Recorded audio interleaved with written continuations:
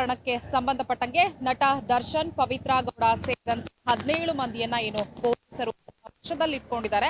ಸದ್ಯ ಏನು ಪೊಲೀಸ್ ಕಸ್ಟಡಿಲಿ ಎಲ್ಲರೂ ಇದ್ದಾರೆ. ಸದ್ಯ ನಾನು ಅನ್ನಪೂರ್ಣೇಶ್ವರಿ ಠಾಣಾ ಪೊಲೀಸ್ ಮುಂಭಾಗದಲ್ಲಿದ್ದೀನಿ. ಇಲ್ಲೂ ಕೂಡ ನೀವು ದೃಶ್ಯಗಳನ್ನ ತೋರಿಸ್ತಾ ಇದ್ದೀನಿ. ದರ್ಶನ್ ಆಗಿರ್ಬೋದು, ಜೊತೆಗೆ 17 ಆರೋಪಿಗಳ ವಿಚಾರಣೆ ಏನು ನಡೀತಾ ಇದೆ. ಜೊತೆಗೆ ನೀವು ಒಂದು ವಿಚಾರವನ್ನ ಗಮನಿಸಬೇಕು. ಕಳೆದ 2 ದಿನಗಳಿಂದ ವಿಚಾರಣೆ ನಡೀತಾ ಇದ್ರೂ ಕೂಡ ಪೊಲೀಸರು ಯಾವುದೇ ಶಾಮಿಯಾನಗಳನ್ನ ಹಾಕಿರಲಿಲ್ಲ. ಆದ್ರೆ ಇವತ್ತು ಏನು ಬೆಳ್ಳಂಬೆಳಗ್ಗೆ ಇಲ್ಲಿ ಪೊಲೀಸರು ಶಾಮಿಯಾನಗಳನ್ನ ಹಾಕಿರೋದನ್ನ ನೀವು ಗಮನಿಸಬಹುದಾಗಿದೆ. ಅಂದ್ರೆ ಒಳಗೆ ವಿಚಾರಣೆ ನಡೆಯುವಂತಹ ಸಂದರ್ಭದಲ್ಲಿ ಯಾವುದೇ ವಿಜುವಲ್ಸ್ಗಳು ಕೂಡ ಮಾಧ್ಯಮಗಳಿಗೆ ಸಿಗಬಾರ್ದು ಅನ್ನುವಂತಹ ನಿಟ್ಟಿನಲ್ಲಿ ಈ ಒಂದು ಶಾಮಿಯಾನವನ್ನ ಹಾಕಲಾಗಿದೆ. ಜೊತೆಗೆ ಈಗಷ್ಟೇ ಶಾಮಿಯಾನವನ್ನ ತರುವಂತಹ ವೆಹಿಕಲ್ ಕೂಡ ಬಂದಿತ್ತು.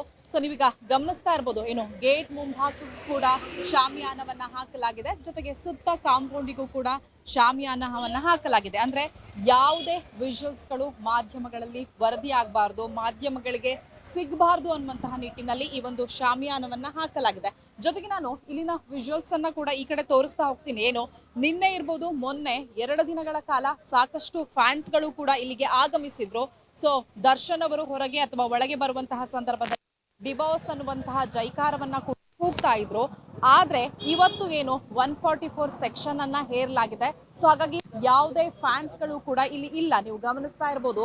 ಅಂದ್ರೆ ನಿನ್ನೆ ಮತ್ತೆ ಮೊನ್ನೆ ಕೂಡ ಏನು ನೂರಾರು ಫ್ಯಾನ್ಸ್ ಗಳು ಬಂದು ಸೊ ಇಲ್ಲಿ ಗಲಾಟೆಯನ್ನ ಮಾಡ್ತಾ ಇದ್ರು. ನಿನ್ನೆ ಪೊಲೀಸರು ಲಾಠಿ ಚಾರ್ಜ್ ಅನ್ನ ಕೂಡ ಮಾಡಿದ್ರು. ಬಟ್ ಇವತ್ತು 144 ಸೆಕ್ಷನ್ ಇರುವಂತಹ ಹಿನ್ನೆಲೆಯಲ್ಲಿ ಇಲ್ಲಿ ಯಾವುದೇ ಫ್ಯಾನ್ಸ್ ಗಳು ಕೂಡ ಬಂದಿಲ್ಲ. ಜೊತೆಗೆ ಮಾಧ್ಯಮಗಳಿಗೆ ಹಂತದ ವಿಜುವಲ್ಸ್ಗಳು ಸಿಗಬಾರ್ದು ಅನ್ನುವಂತಹ ಕಾರಣದಲ್ಲಿ ಶಾಮಿಯಾನವನ್ನ ಕೂಡ ಹಾಕಲಾಗಿದೆ. ವಿಡಿಯೋ ಜರ್ನಲಿಸ್ಟ್ ಮಹಂತೇಶ್ ಜೊತೆ ವೀಣಾ ಸಿದ್ದಾಪುರ್, ಕರ್ನಾಟಕ ಟಿವಿ, ಬೆಂಗಳೂರು.